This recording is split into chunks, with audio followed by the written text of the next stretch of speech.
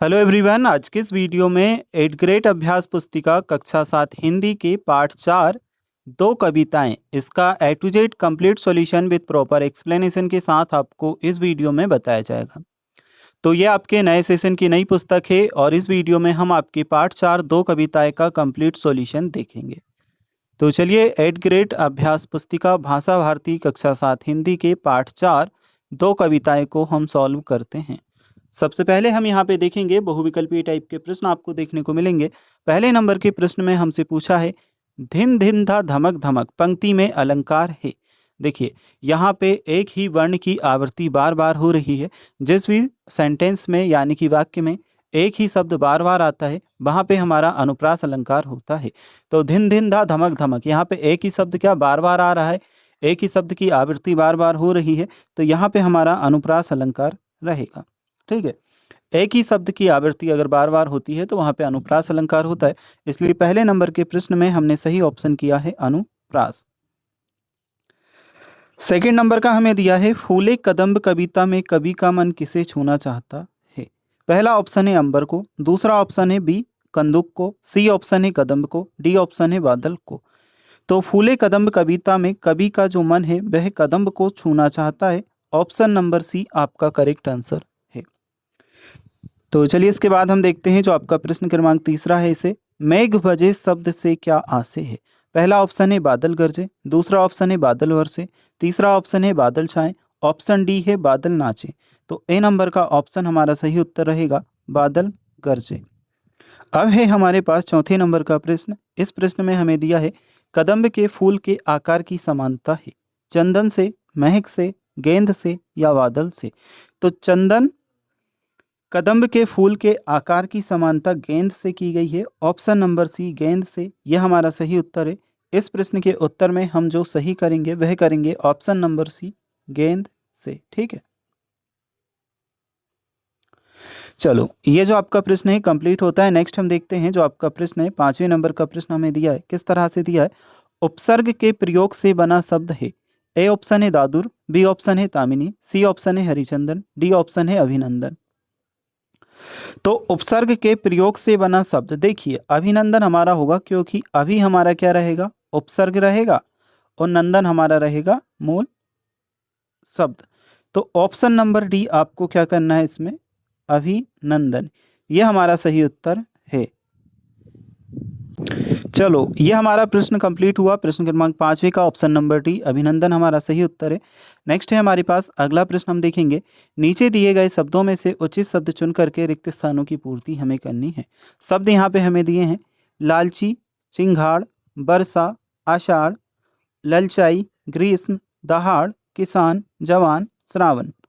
छठे नंबर का क्या दिया है मेघ बजे कविता में वर्षा ऋतु का वर्णन है। तो इसमें आप आंसर क्या करोगे वर्षा। ठीक है, छठे नंबर वाले में आपका आंसर क्या होगा वर्षा। इसके बाद हम देखते हैं जो आपका सातवें नंबर का है। सातवें नंबर में हमें क्या दिया है श्रावण का महीना बीतने के बाद कदम्ब खिलता है। तो इस प्रश्न के आंसर में हमारे सातवें नंबर के में आंसर क्या आ रहा है श्रावण। ठीक है, श्रावण का महीना बीतने के बाद कदम्ब खिलता है। अब है हमारे पास क्वेश्चन नंबर 8। मेघ बजे कविता में हल किसान का इंतजार कर रहा है। मेघ बजे कविता में जो हल है वह किसान का इंतजार कर रहा है। इसमें आपको किसान आंसर कर लेना है। अब है हमारे पास में नेक्स्ट क्वेश्चन प्रश्न क्रमांक 9। दादुर का कंठ, दामिनी की दमक, तो शेर की क्या आएगा दहाड़। ठीक है, शेर का क्या करना है हमें दहाड़ करना है। तो यहाँ तक हम सॉल्व कर चुके हैं शेर की दहाड़ तक। अब है हमारे पास में 10वें नंबर का प्रश्न। लालच शब्द में आई प्रत्यय लगाकर बनने वाला शब्द ललचाई है। तो इस प्रश्न के उत्तर में हमारा आंसर होगा ललचाई। चलो ये जो हमारे प्रश्न हैं कंप्लीट हो चुके हैं। अब हम आपके अति लघुत्तरीय टाइप के प्रश्नों को सॉल्व करेंगे। प्रश्न क्रमांक 11 हमें दिया है दादुर का कंठ खुला से क्या आशय है। यह है आपका क्वेश्चन नंबर 11।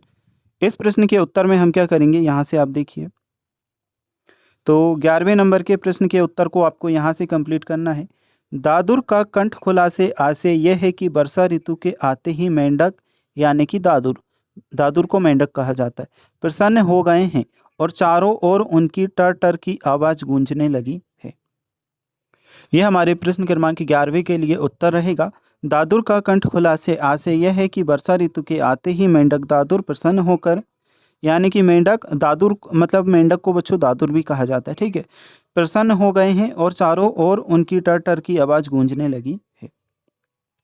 अब है हमारे पास में 12 नंबर के प्रश्न। इसमें दिया है मेघ बजे कविता में किस ऋतु का वर्णन किया गया है। तो 12वें नंबर के प्रश्न के उत्तर में हम क्या करेंगे, यह आपका होगा आंसर। मेघ बजे कविता में वर्षा ऋतु का वर्णन किया गया है। यह हमारे क्वेश्चन नंबर 12 का आंसर है। मेघ बजे कविता में वर्षा ऋतु का वर्णन किया गया है। चलिए इसके बाद हम देखते हैं जो आपका प्रश्न है, प्रश्न क्रमांक 13। मेघ बजे और फूले कदम्ब कविताओं के रचयिता कौन हैं। यह है हमारे 13वें नंबर का प्रश्न। मेघ बजे और फूले कदम्ब कविताओं के रचयिता कौन हैं। तो 12वें नंबर के प्रश्न में उत्तर होगा मेघ बजे कविता में वर्षा ऋतु का वर्णन किया गया है। अब हम देखते हैं इसके बाद जो हमारा 13वें नंबर का प्रश्न है, इसे मेघ बजे और फूले कदम्ब कविताओं के रचयिता कौन है। यह है 13वें नंबर का प्रश्न। तो 13वें नंबर के प्रश्न का उत्तर हमारा यहाँ से आप देखिए, यह हमारा आंसर रहेगा। इन कविताओं के रचयिता बाबा नागार्जुन, जिनका वास्तविक नाम बैद्यनाथ मिश्र है। ठीक है, बाबा नागार्जुन जिनका जो वास्तविक नाम है वह क्या है, बैद्यनाथ मिश्र। यह आपको 13वें नंबर के प्रश्न के उत्तर के लिए आंसर करना है। चलिए इसके बाद हम देखते हैं जो आपका अगला प्रश्न है, यह आप पूरा करना यहाँ से। नेक्स्ट है हमारे पास 14वें नंबर के प्रश्न। दामिनी शब्द का एक पर्यायवाची शब्द वाक्य में प्रयोग कीजिए। तो दामिनी का जो पर्यायवाची शब्द है वह है बिजली। ठीक है, वाक्य में प्रयोग हमने यहाँ पे किया है, आकाश में बिजली चमक रही है। दामिनी का असली जो अर्थ होता है वह बिजली होता है और वाक्य में प्रयोग होगा आकाश में बिजली चमक रही है। अब हमारे पास में लघुत्तरीय टाइप के प्रश्न, इन प्रश्नों को हम देखते हैं और कंप्लीट करते हैं। तो 15वें नंबर के प्रश्न में हमें दिया है दो कविताएं पाठ में कई तुक वाले शब्दों का प्रयोग हुआ है। ऐसे तुक वाले शब्दों को खोजकर लिखिए, किसी एक शब्द का वाक्य में प्रयोग कीजिए। तो यहाँ पे आप तुक वाले शब्द देखना, देखो ऊपर कर आपको पूरा बता देता हूँ। तुक वाले शब्द आप यहाँ से देख सकते हैं, यह है आपका तुक वाले शब्द। दमक धमक, खुला धुला, चंदन अभिनंदन, बीता रीता। वाक्य में प्रयोग हमने यहाँ पे किया है, हमने मुख्य अतिथि का अभिनंदन किया।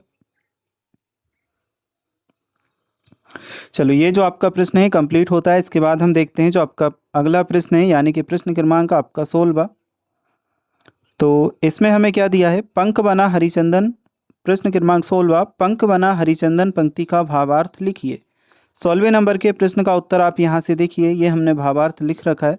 भावार्थ, वर्षा से धरती पर बनी कीचड़ किसानों के लिए पवित्र चंदन के समान हो गई है, क्योंकि इसी में वे फसल उगाएंगे।